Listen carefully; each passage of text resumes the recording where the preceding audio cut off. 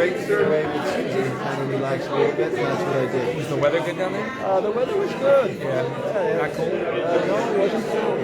It rained a couple days, and I just stayed in bed. Don't put that on. Don't say that. But I did. I picked up a thick book that I never read. It was on Harry Truman, and I started reading it. All right. So I was able to have a little reading enjoyment that I don't get the time to do. I wanted to ask you the homeless outside the state house. We've got some complaints and concerns from people about needles being left around, especially down by the employee entrance from state house workers, waste, in places.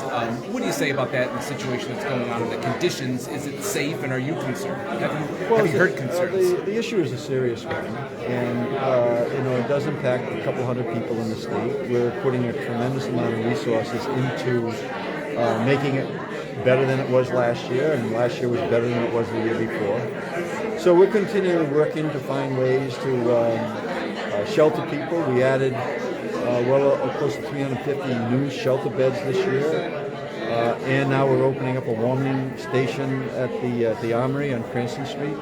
So we fully expect that the people there are going to be provided an option to move into warm shelter, in the next few weeks. And then any behavior outside there that is not appropriate behavior, there's certainly our responsibility to manage. Have you heard any concerns from people around the State House about the conditions outside? Not to me directly, but I know that the conditions are not ideal. But at the same point in time, we need to take this whole issue serious, which we are. I think that one of the things I think that people should know, especially the advocates, look, we put in over 350 beds. That's what we were asked to do in the summer. We did. Memorial Hospital was a problem. You had a maintenance malfunction there that basically cleared out the entire place. There was over 80 people that were living there with 30 families, and we planned to double the number there to about 160 or 170. Now we are now making arrangements to replace those numbers, slow this down a little bit. But yeah, within the next several days, there's be options for the people who are outside the State House. And also, it's time to continue to engage our municipal leaders in this in a way that they're not currently engaged in, to find these resolutions on this thing so we can get to the broader issue, which is permanent transitional housing for the people who live in the state. When the warming center at the Armory opens, or if there are other options? I've been told to call it a warming station. A warming station. So I don't know what the reasons is that, but I'm sticking to it.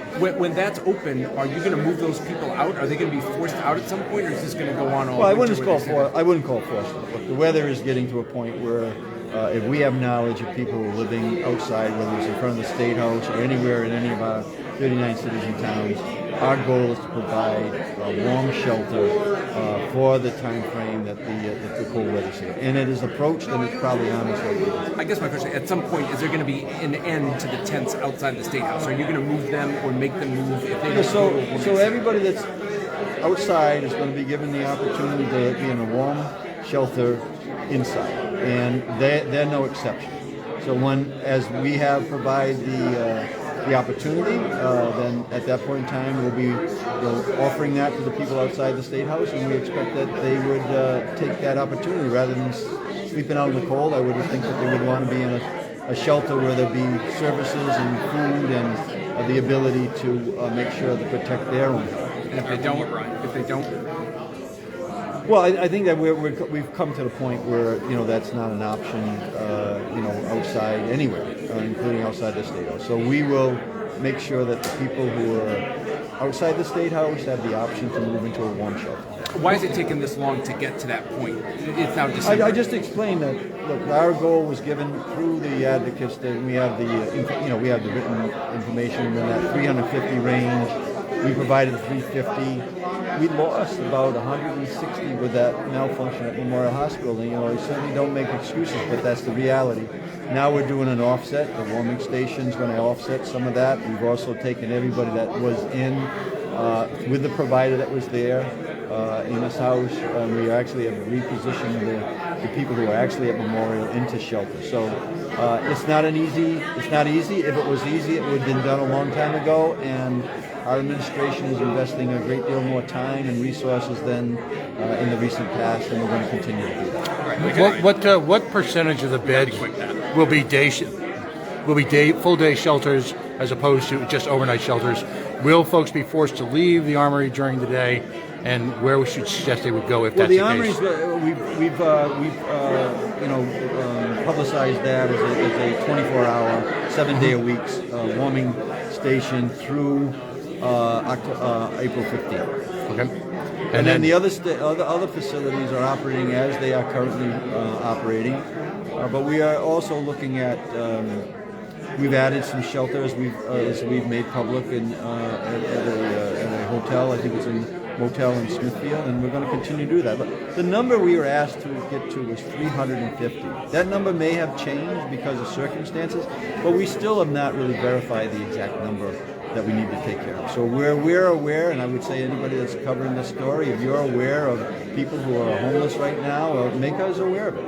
We want to help those individuals to get into warm shelter, and then the idea of the whole $250 million that was approved on our housing is to provide, interim housing for the people who are currently without housing, and that's what we plan to do. What do you think of the condition outside the State House? And kind of,